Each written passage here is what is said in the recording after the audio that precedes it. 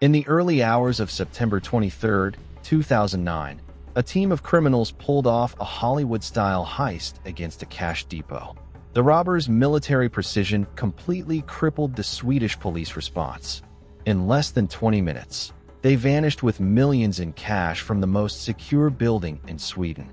What makes this story even more remarkable is that the police already knew a major robbery was being planned. They just didn't know where or when. Several weeks before the robbery, investigators in Serbia intercepted conversations about a plan to rob a major cash depot somewhere in Sweden. The intelligence was immediately passed on to Swedish authorities, who began monitoring a businessman named Goran Bojovic, believing he might be connected to the criminal network. Despite months of surveillance, investigators found little more than vague conversations and heavily coded messages. They knew something significant was about to happen, but they couldn't identify the target, and they had no idea when the robbery would take place. That lack of critical information gave the criminals exactly the advantage they needed. The target was Sweden's most secure cash processing facilities. Operated by G4S, the building handled enormous amounts of money every day, supplying banks, businesses, and ATMs across Stockholm. The vaults were heavily reinforced, but this high-security facility had one weakness. Before cash was transferred into the main vault, it first passed through a counting room located on the 6th floor. For a short period of time, millions of kronor remained outside the vault while employees counted and sorted the money. That temporary vulnerability became the centerpiece of the gang's plan. Instead of attacking the building from the street, the criminals decided to strike from the one place no one expected: the roof. Just before dawn, two members of the gang broke into a small airfield north of Stockholm and stole a Bell 206 Jet Ranger helicopter. The aircraft was lightweight, fast, and capable of landing in tight spaces, making it the perfect tool for the operation. At the very same time, other members of the organization scattered hundreds of steel caltrops across the roads leading to the cash depot. Each one was designed so that one sharp spike always pointed upward. Any police vehicle driving over them would suffer punctured tires within seconds. But disabling police cars wasn't enough. The gang knew the authorities could respond from the air. So, just hours before the robbery, they placed a fake bomb at a poorly guarded helipad outside the capital. Each box had a flashing light attached to it. The devices looked convincing, but they contained no explosives at all. Following standard bomb threat procedures, police immediately sealed off the entire area and called in explosive disposal specialists. Until the site had been declared safe, no helicopter was allowed to leave the helipad. Without firing a single shot, the criminals had grounded the entire police air unit at exactly the moment they would need it most. A few minutes after 5 a.m., the stolen helicopter appeared over the G4S cash depot. Instead of circling the building, it descended directly onto the roof. The landing took only a few seconds. Three men dressed in black jumped out of the aircraft carrying tools and small explosive charges.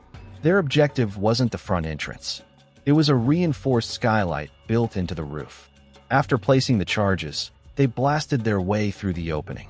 The explosion echoed across the industrial district. The team then secured a set of ladders to the helicopter and climbed down into the building, heading straight for the 6th floor. Everything was happening exactly according to plan. Inside the building, the head of security heard the explosions almost immediately. He realized this wasn't a false alarm. The facility was under attack. Rather than confronting the armed intruders, he made a decision that likely saved lives.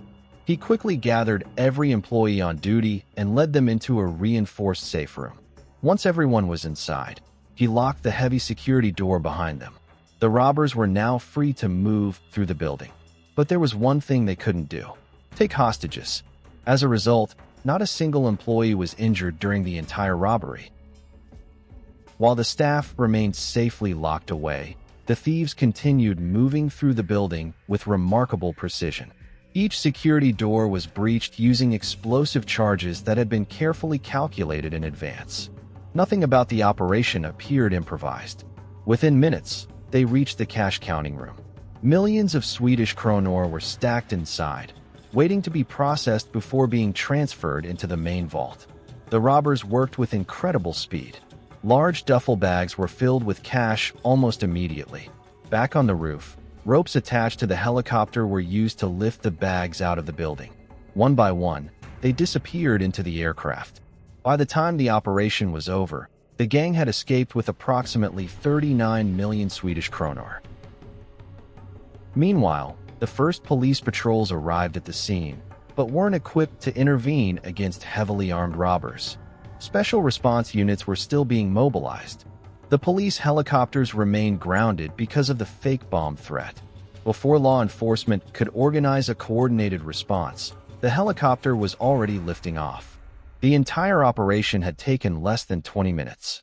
For several hours, it looked as though the gang had committed the perfect crime. But no criminal plan stays perfect forever. Later that day, investigators found the stolen helicopter abandoned in a forest north of Stockholm. Inside the aircraft, forensic teams discovered a crucial piece of evidence. While climbing down the ladders during the robbery, one of the thieves had cut his hand. A small drop of blood had been left behind on one of the metal steps. DNA recovered from that tiny blood sample would eventually identify one of the men involved in the operation. As the investigation unfolded, detectives realized this wasn't the work of a handful of opportunistic thieves. Authorities believe that around 20 people took part in the heist. To avoid detection, the gang relied on dozens of prepaid cell phones. Each phone communicated only with other phones inside the network, creating a closed communication system. None of the devices were ever used for personal calls, making it extremely difficult for investigators to identify the people behind them. Investigators reconstructed the entire network of disposable phones used by the gang.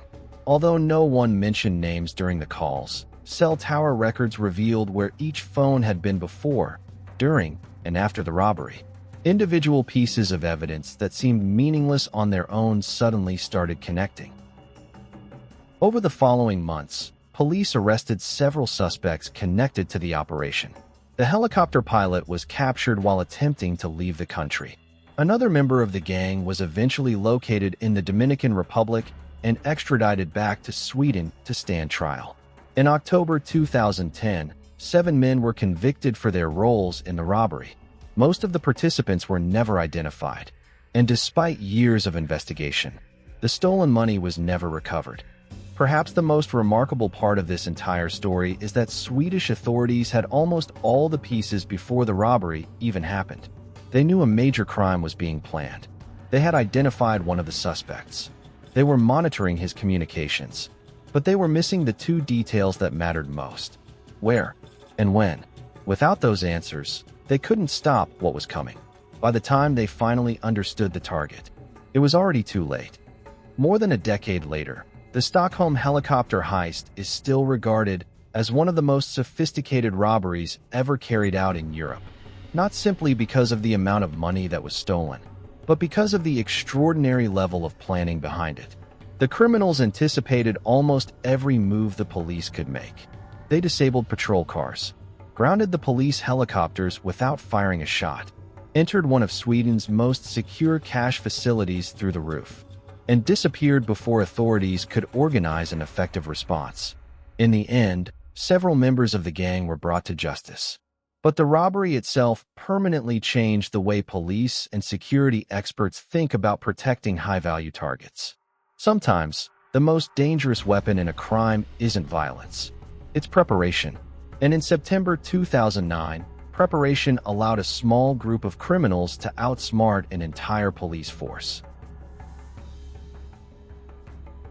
If you enjoyed this little dive into true crime history, don't forget to hit that like button and subscribe for more stories like this. Thanks for watching. See you next time. Peace.